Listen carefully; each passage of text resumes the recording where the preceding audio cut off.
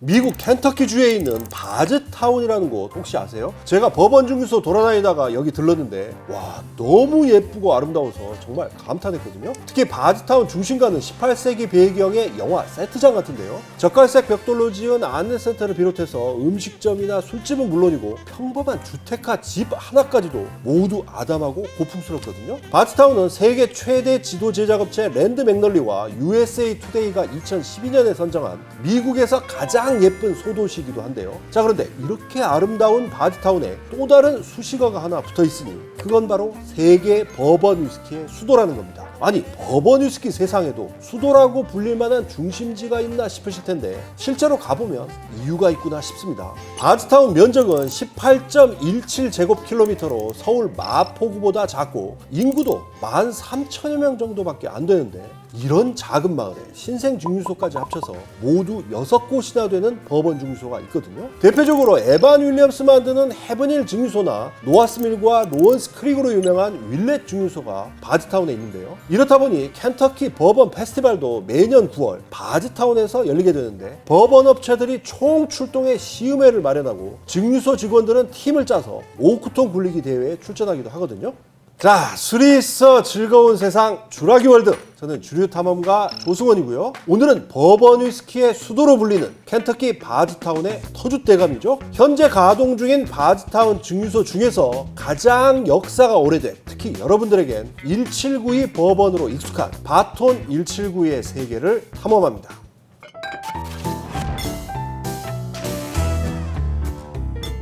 앞서 바즈타운 얘기를 했는데 저 같은 술꾼들한테는 와, 정말 천국이나 마찬가지입니다. 일단 바즈타운 마을 안은 물론이고 그 주변에도 유명한 버번 증류소가 참 많은데요. 예를 들어 진빔이나 메이커스 마크 같은 증류소가 차로 20-30분 거리라서 버번 애호가들은 바즈타운에 숙소를 잡아놓고 투어를 다니거든요. 또 바즈타운 마을 중심가엔 버번 박물관도 있고요. 무엇보다 1779년에 문을 열어 역사가 220년이 넘는 올드 텔버트 타이번이라는 오래된 술집 겸 숙소도 있는데 저도 여기서 위스키 한잔 했더니 와, 정말 기분 좋더라고요. 아무튼 이렇게 위스키 명소가 많다 보니까 이곳을 찾는 버번 애호가도 해마다 10만 명이 넘는다고 하는데요. 그래서 바즈타운을 와이너리 투어 명소인 나파밸리에 빗대서 위스키의 나파밸리라고 부르기도 하거든요. 자, 그런데 이런 바즈타운에서도 가장 역사가 오래된 곳이 바로 바톤 1792 증류소입니다. 특히 이 증류소는 바즈타운 중심가 다운타운에 자리 잡고 있어서 현지 주민들이 각별히 아끼는데요. 예전엔 바톤에서 곡물 발효를 하면 그 냄새가 온 마을에 퍼졌다고 하더라고요. 자, 그렇다면 바즈타운에서 가장 역사가 오래된 바톤 1792는 언제부터 위스키를 만들었을까요? 주력 제품 이름이 1792라서 1792년이 아닐까 생각할 수 있는데 그건 아니고요. 19세기 후반인 1879년을 공식 창업 연도로 보고 있어요.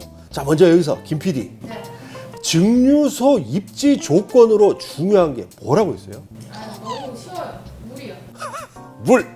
네, 바로 물이라고 했죠. 맑고 풍부한 물이 없으면 증류소를 세우기 힘든데요. 지금도 바톤 증류소엔 절대 마르지 않는 샘물이 두 군데서 흘러나와요. 더구나 이 샘물은 켄터키 석회암 지대를 통과하면서 철분까지 완벽히 제거돼 있어서 위스키 제조에 더할 나위 없는데요. 이렇게 좋은 물이 나오는 천혜의 증류소 부지를 원래는 노아스밀과 노원스 크릭으로 유명한 윌렛 가문의 존 윌렛이라는 분이 갖고 있었어요. 그런데 존 윌렛의 두 딸과 결혼한 사위 2명이 장인한테 이 땅을 넘겨받은 뒤 공동으로 증류소를 창업하면서 바톤 증류소의 역사도 시작됩니다. 이후 이 증류소는 여러 번 주인이 바뀌게 되는데요. 한때 이곳을 운영한 헬이라는 사람이 증류소 이름을 바톤으로 바꾼 게 지금까지 이어지고 있는데, 야, 미스테리한 게 아직까지도 바톤이 대체 어떤 의미인지를 아무도 몰라요. 일설에 의하면 해리가 자기 마음 내키는 대로 여러 단어를 적어서 모자에 집어넣고 제비 뽑기를 해서 고른 게 바톤이라는 이름이었다고 하는데요. 어쨌든 이후에도 수차례 매각과 합병을 거치다가 2000년대 들어 1792 버번을 내놓으면서부터 바톤 1792 증류소라는 이름을 쓰고 있습니다.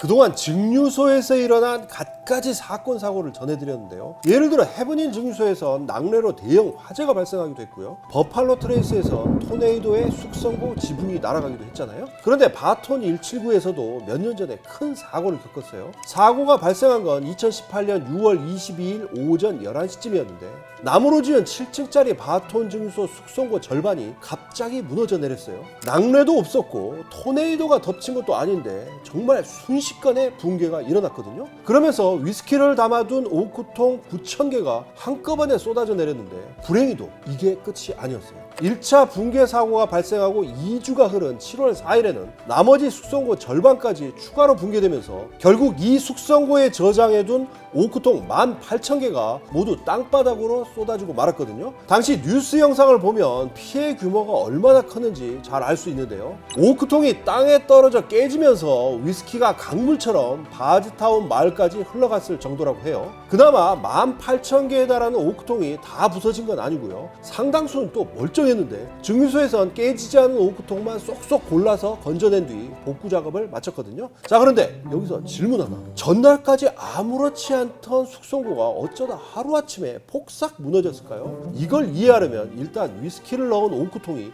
얼마나 무거운지 알아야 하는데요. 켄터키 버번 업계에서 쓰는 200리터짜리 오크통에 위스키를 가득 담으면 무게가 얼마나 나가는지 아세요? 보통 230kg에서 250kg까지 나가거든요. 이렇게 무거운 오크통을 숙성고 하나에 적게는 수천 개에서 많게는 수만 개씩 넣어두는데 그러다 보니까 자칫 한쪽으로 무게가 쏠리면 붕괴가 일어날 수밖에 없어요. 아마 이 대목에서 아니 그러면 오크통 숫자를 세서 왼쪽과 오른쪽에 잘 배치하면 될 텐데 라고 생각할 분도 있을 텐데요. 그게 그리 간단한 문제가 아닌 게 오크통마다 무게가 다 달라서 그래요. 그러니까 숙성이 진행되는 동안 오크통의 위스키가 자연적으로 증발하기 때문에 오래 넣어둔 오크통은 새로 집어넣은 오크통에 비해 무게가 훨씬 가볍거든요. 그러니까 단순히 오크통 숫자만 센다고 해결된 문제가 아니라는 거죠. 그래서 증류소에서는 항상 숙성고 상태를 면밀하게 살펴야 하는데 아무리 그렇게 노력해도 좌우 무게 균형을 완벽히 잡는 건 쉬운 일이 아닙니다. 어쨌든 이런 사고들을 보면서 위스키를 증류하고 숙성해서 제품으로 만들어내는 게 그리 호락호락하지 않다는 걸 느낄 수 있습니다.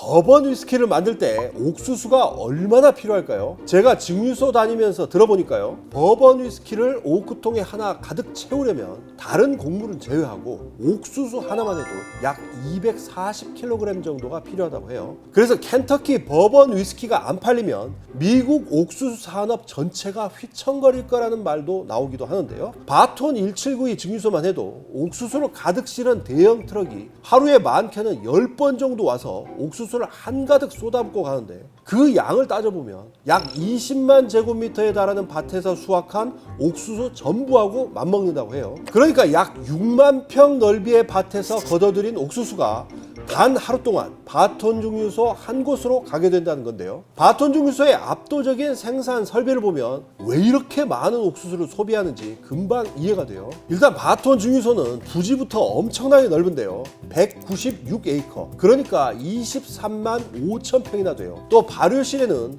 5만 5천 갤런짜리 발효저가 모두 16개나 있는데 이 정도면 초대형 버번 증류소인 와일드 터키보다도 규모가 더 큰 겁니다. 그런가 하면 증류실에도 높이 16m에 지름이 약 1.9m나 되는 거대한 증류기 석 대가 1시간에 약 100갤런에 달하는 원액을 뽑아내면서 하루 위스키 생산액만 약 900배럴에 달한다고 하거든요. 게다가 숙성고도 작년에 3개를 더 지어서 모두 35개가 됐는데 여기서 숙성 중인 위스키만 해도 약 50만 배럴이 넘는다고 할 정도예요. 이렇게 하나같이 규모가 커서인지 심지어 증류소 잔디밭에 전시해둔 모형 오크통도 4.5m 높이의 8,000갤런짜리로 세계에서 가장 크다고 하는데요. 국내에선 뭐 진빔, 와일드터키, 버팔로 트레이스 이런 곳만 크다고 생각하는데 상대적으로 이름이 덜 알려져서 그렇지 바톤 1792도 알고 보면 어마어마한 증류소입니다. 김PD, 바톤에서 만든 1792 본 적 있죠? 네. 이 병 보면 어떤 느낌이 들어요? 통통하고 우아하고 오. 하나 좀 소장하고 싶다. 아, 갖고 싶다.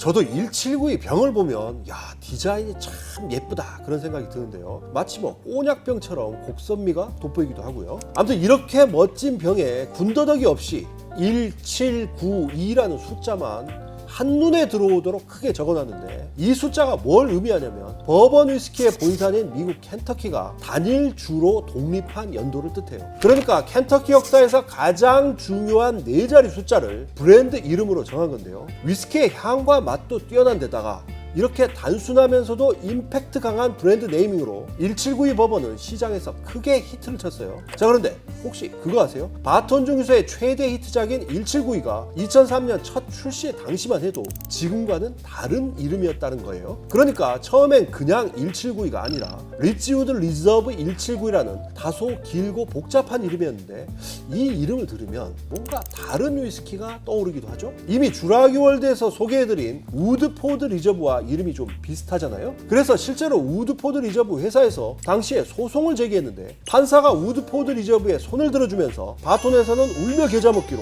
이름을 바꿀 수밖에 없었거든요. 그런데 세상 일이란 거 참 모르겠다 싶은 게요. 재판에서 지는 바람에 억지로 이름을 바꿨더니 그 이후에 인지도와 매출은 오히려 더 크게 오른 겁니다. 그래서 지금은 한정판을 포함해서 모두 8개나 되는 제품이 179라는 이름을 걸고 시장에 나와 있는데요. 그러니까 바톤 입장에서는 법원의 패소 판결이 오히려 전화위복이 된 셈입니다.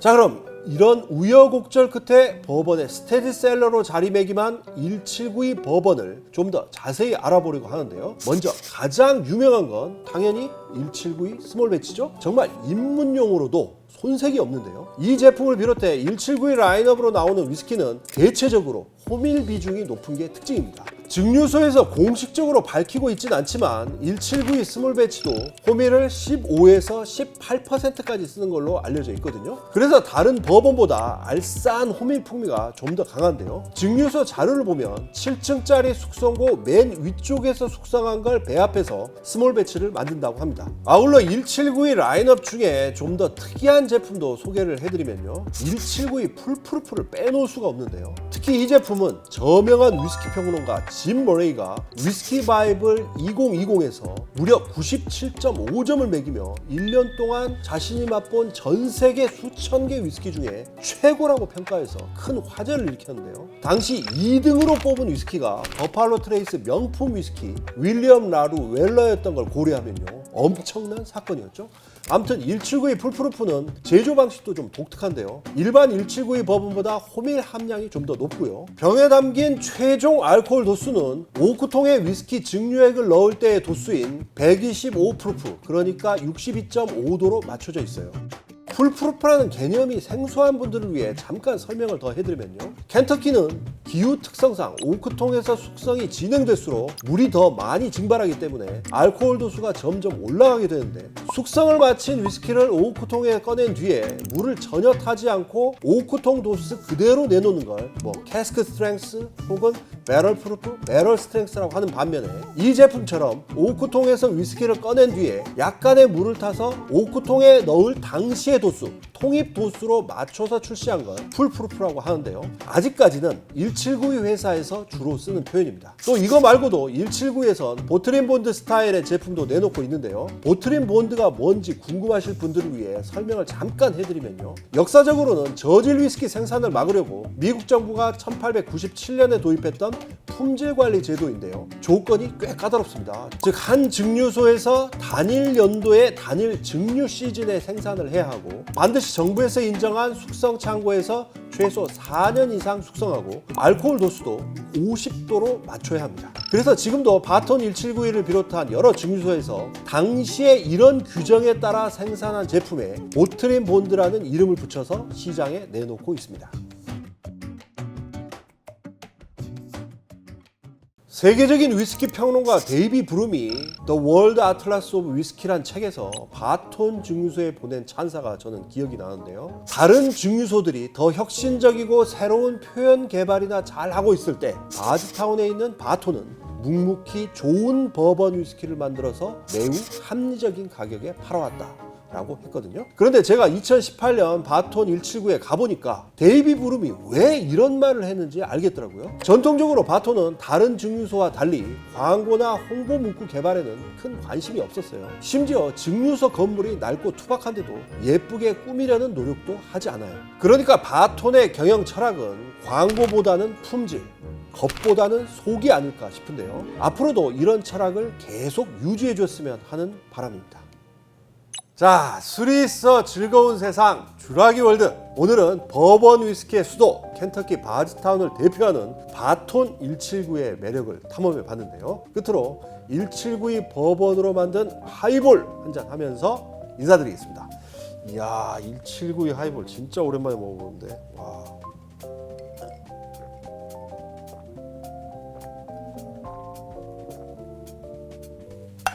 와, 아 이거 좀 남았어 이거 좀.